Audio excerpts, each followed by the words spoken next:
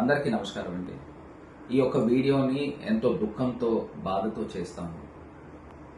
Doctor Priyanka ఇక ఈ లోకం వదిలి వెళ్ళిపోవడం జరిగింది. ఈ ప్రభుత్వం యొక్క నిర్లక్ష్య వైఖరి ఎంత దారుణంగా ఉందో ఈ రోజు ఉదయం వారి తండ్రి రాజమండ్రి ప్రకాష్ నగర్ పోలీస్ స్టేషన్ ముందు ప్రెస్ మీట్ పెట్టి మరీ చెప్పారు. చంద్రబాబు నాయుడు గారు కానీ, పవన్ కళ్యాణ్ గారు కానీ, వాళ్ళ కొడుకు నారా లోకేష్ కానీ, మహిళా హోంమంత్రి కానీ, ఇప్పుడు దాకా ఆ కుటుంబ సభ్యులు కానీ లేకపోతే డాక్టర్ ప్రియాంకని వెళ్లి చూడటం కానీ జరగలేదు. ఎంత దారుణమైన ఘటన. ఇది కాకుండా కనీసము ఆర్థిక సహాయం కిందని కూడా హాస్పిటల్ ఖర్చుల నిమిత్తం కూడా కనీసం ₹1 కూడా ఈ గవర్నమెంట్ వెచ్చించడం జరగదు. ఇంత దారుణమైన ఘటన రాజమండ్రిలో తీసుకొచ్చి ఇద్దరు మృగాలు కలిపి డాక్టర్ ప్రియాంకని కారుతో తొక్కించి చంపేసిన తర్వాత ఈ యొక్క పోలీస్ డిపార్ట్మెంట్ కూడా చూస్తే 3 రోజుల పాటు హై డ్రామా క్రియేట్ చేశారు.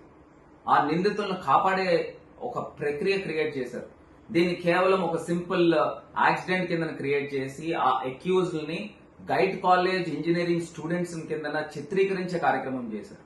ఒక పోలీస్ సిఐ ఇంత అటెంప్ట్ చేయగలుగుతాడా అని అడుగుతా ఉన్నా. దీని వెనకాల అదృశ్య శక్తులు, దుష్ట శక్తులు ఎవరున్నారు? ఎవరు మెప్పు కోసం ఈ సీఏ చేశాడు?